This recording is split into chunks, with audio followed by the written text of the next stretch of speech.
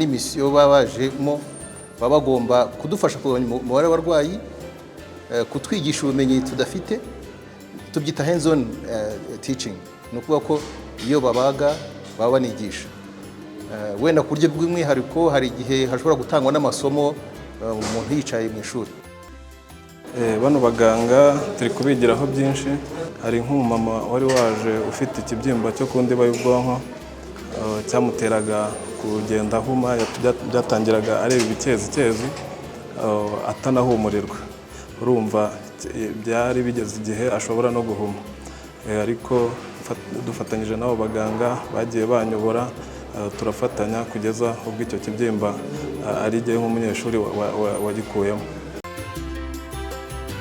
Hazaga umuganga uvura indwara zifata mu mutwe gusa, ariko ubu ngubu haje n'umuganga uvura indwara zifata uruti rw'umugongo.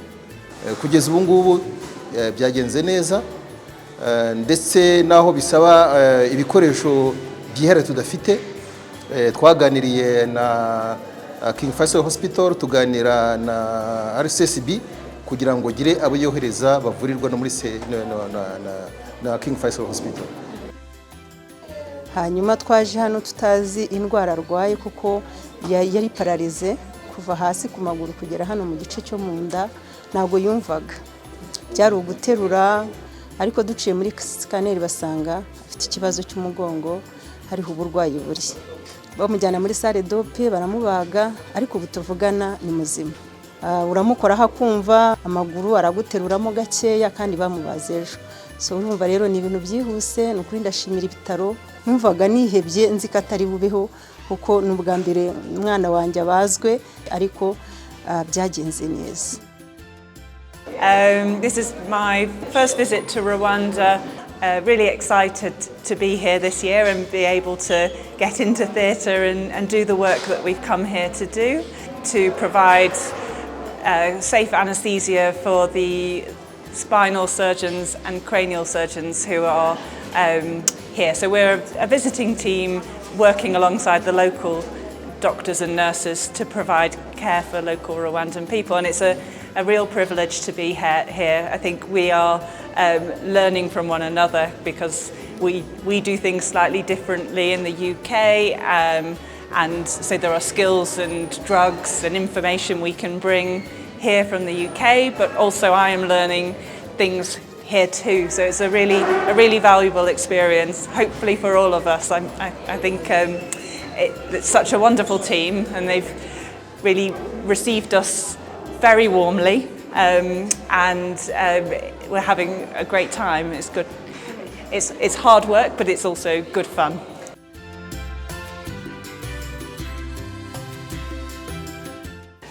This is my 5th visit to Rwanda, doing ear, nose and throat surgeries here at Seashuka. I came before to Butare, but this time we are doing 1 week of ear surgery and nasal surgery, along with our colleagues, the head of department here at Seashuka. The purpose of our mission is twofold. Firstly, to provide services in ENT surgery, working especially in nasal surgery, what we call functional endoscopic sinus surgery, and ear surgery to treat patients who have chronic ear disease and long-standing ear perforations. My main expertise is doing minimal access surgery, so reducing the chance of having a big incision behind the ear. Like today, we did a beautiful operation just by approaching the ear without doing an incision, only on the inside. It reduces the morbidity, bleeding, reduces the complications. Very young people, very eager to learn, very curious about what happens in other parts of the world. So I find that very interesting to say to them, you know, that's the way I would do it. So it's okay. There's other ways of doing it. And I think that probably is one of the real things that we bring. It's not just the service provision. is just with our younger colleagues to open their eyes to what's going on around the world so that you are aware that you're part of an international community and that community is there to support you. I've established contact with colleagues, both old and young, and I've promised to stay in touch with them so that we all kind of like enrich each other. It's a bilateral thing.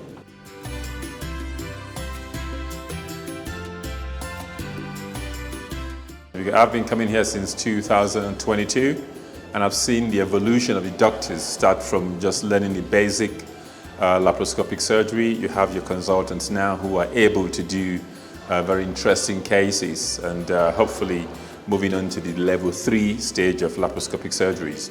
The residents have come to theatre to see how we do things, and hopefully they will get their interest in laparoscopic surgery.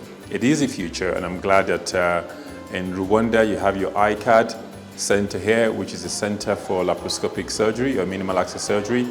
As long as you use it wisely, you hopefully in the next 5 or 10 years will have a very good cohort of minimal access surgeons which will benefit your women population in Rwanda.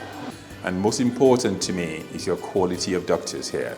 You still have people who are enthusiastic and passionate about their patients' care, and that's important. And I'm really grateful for my colleagues from Rwanda who are here, who have really been open to me and accommodating to the things and the ideas I've suggested to the team. So I think it's all win-win for everybody, especially for your women in Rwanda. Hashize imyaka hafi 15 tukorana na Rwanda Legacy of Hope. Nibo batufasha bakatuzanira abaganga b'inzobere. Igihe rero bari hano urumva ko baza kudufasha ibintu byinshi mu nshingano dusanzwe za buri munsi, harimo kuvura, hakabamo no kwigisha. Kandi nabo baganga natwe turabafite, ariko umwihariko waba ngaba nuko baza kudufasha kuza ndwara zikomeye, cyane cyane mu bwongo harimo ibibyimba bikomeye, ibyo abaganga bacu batashobora gukora bonyine, kugira ngo n'igihe cyose batahari abaganga bacu bakomeze nabo babibage. Iyo baje batuzanira ibikoresho, kandi ibi bikoresho bigadufasha no kubaga n'abandi barwayi nyuma y'iyi misiyo yabo. Tuza muri iki cyiciro twazanye ibyiciro by'abaspecialiste 7. Ubu haje abaganga 24, ubu twaje tuzanye ibikoresho bya miliyoni 194, kandi iyo turangije ibyo bikoresho tubisiga muri ibyo bitaro. Kandi twifuza ko izo skills zabo batazizana ngo bazisubizeyo, ahubwo zisigare hano mu gihugu wacu, natwe abaganga bacu bashobore gukora nk'ibyo abo ngabo barimo gukora. Dushobora kohereza groupe nkeya zigenda zisimburana kugira ngo dushobore gutraininga abo ba residents bari muri teaching level 2 teaching hospitals, ndetse turateganya nuko twagira long time mission. Nk'ubu harabo dufite biteguye kujyana inama n'ubuyobozi bashaka kuza kumara igihe kirekire, akaba yaza akamara umwaka, akamara amezi 5